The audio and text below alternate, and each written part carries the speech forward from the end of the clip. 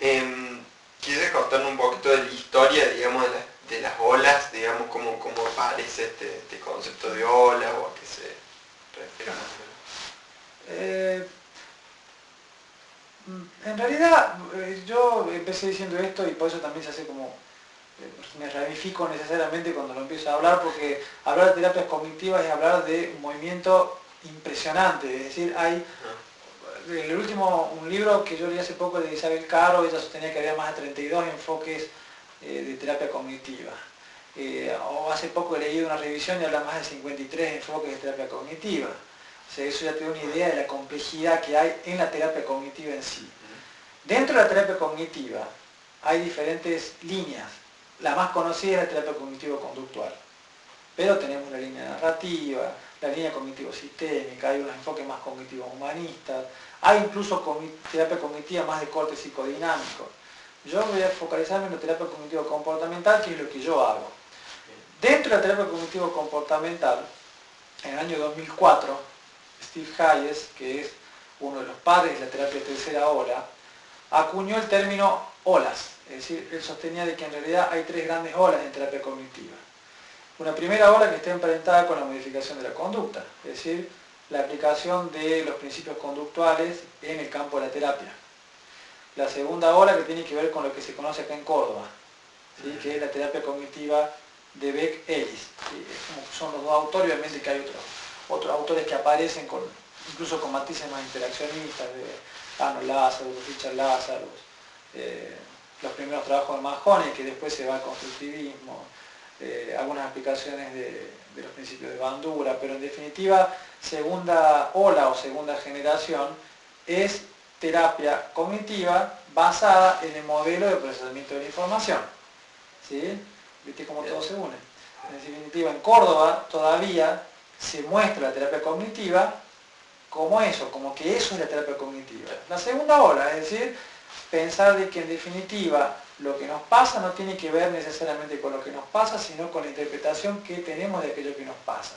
Y que esa interpretación influye en mis emociones, en mis conductas, y que por ende el trabajo del clínico apunta a cambiar esos pensamientos desde una forma disfuncional o desadaptativa a una forma adaptativa e inmediatamente generará cambios emocionales y conductuales. Básicamente hay una primacía del mundo interno por sobre el mundo externo, o una primacía de los pensamientos por sobre las conductas y por sobre las emociones. Segunda ola. Tercera ola incluye una serie de movimientos de corte experiencial y humanista que se empiezan a formar a partir de, en realidad algunos vienen de mucho antes, pero empiezan a tomar forma a partir de 1990. Y ya en el 2004 se puede identificar por lo menos 6 movimientos, es decir, 6 terapias de tercera ola.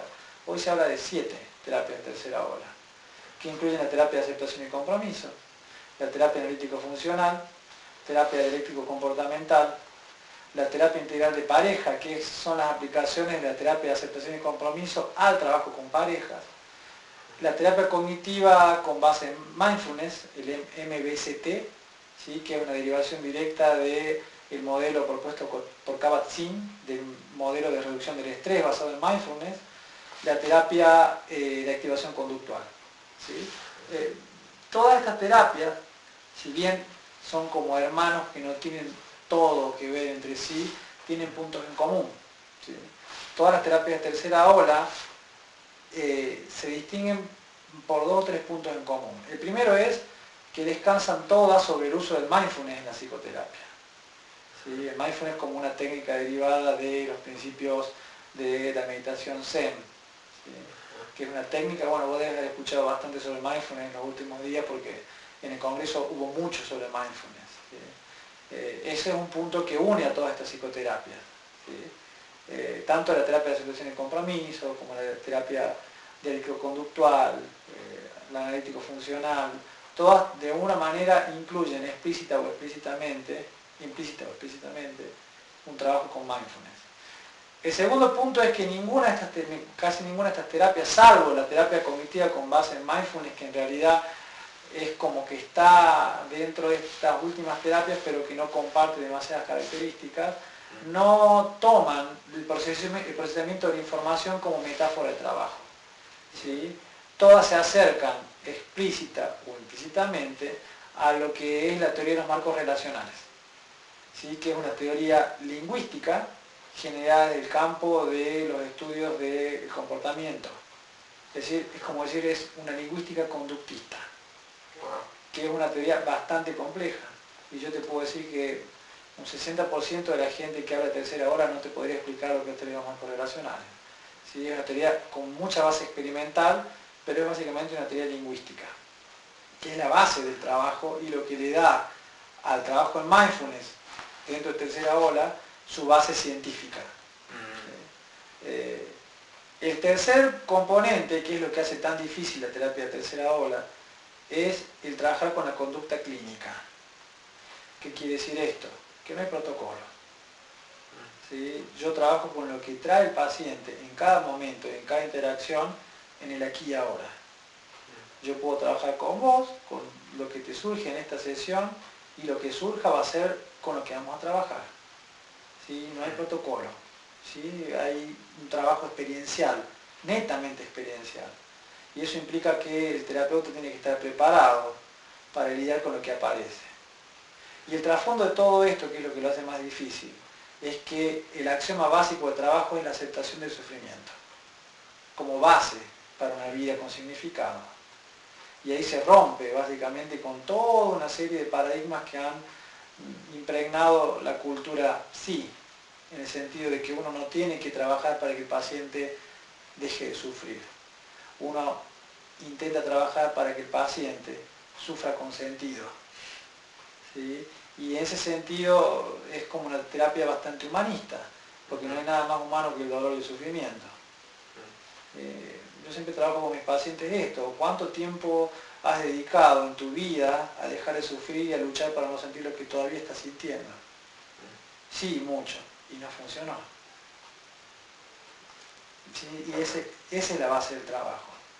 De esa manera también se rompe con ciertos paradigmas que propugnan el bienestar, o la vida positiva, o claves para ser felices, porque en realidad desde el enfoque de tercera ola se habla que esos son básicamente axiomas de la comunidad verbal, que mucho tienen que ver con el sufrimiento que el paciente trae.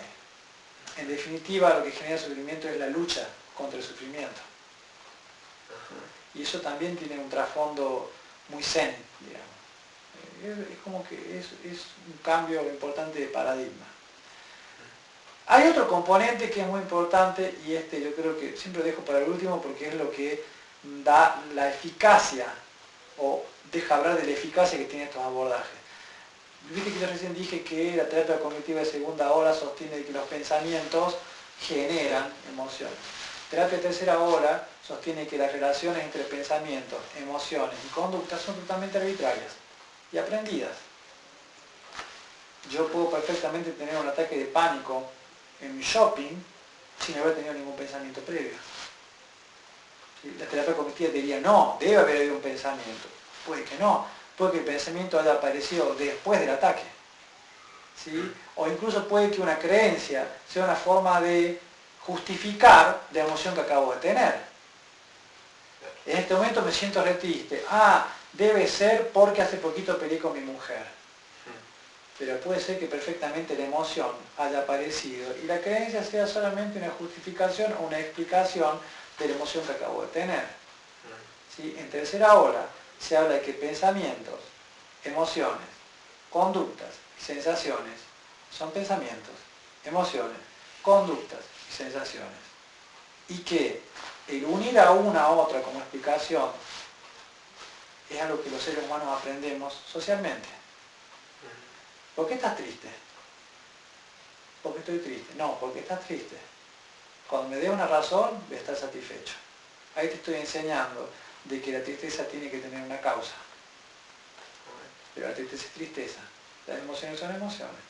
Y el trabajo del terapeuta de tercera ola implica aceptar las emociones como lo que son, los pensamientos como lo que son. Son pensamientos y son emociones. Obviamente que eso implica un trabajo experiencial muy fuerte con el paciente. Y el paciente muchas veces no le pasa muy bien, porque encuentra en la terapia algo que es contrario a lo que tiene afuera. No sé si le decimos a los pacientes, La terapia tiene que marcar una diferencia. Si no la marca, no es terapia. Si yo te digo, pensé en positivo, no es terapia. Eso se le puede decir verdulero también. Esa es más o menos la idea de la tercera ola. Se tiene un trasfondo ético, político, filosófico.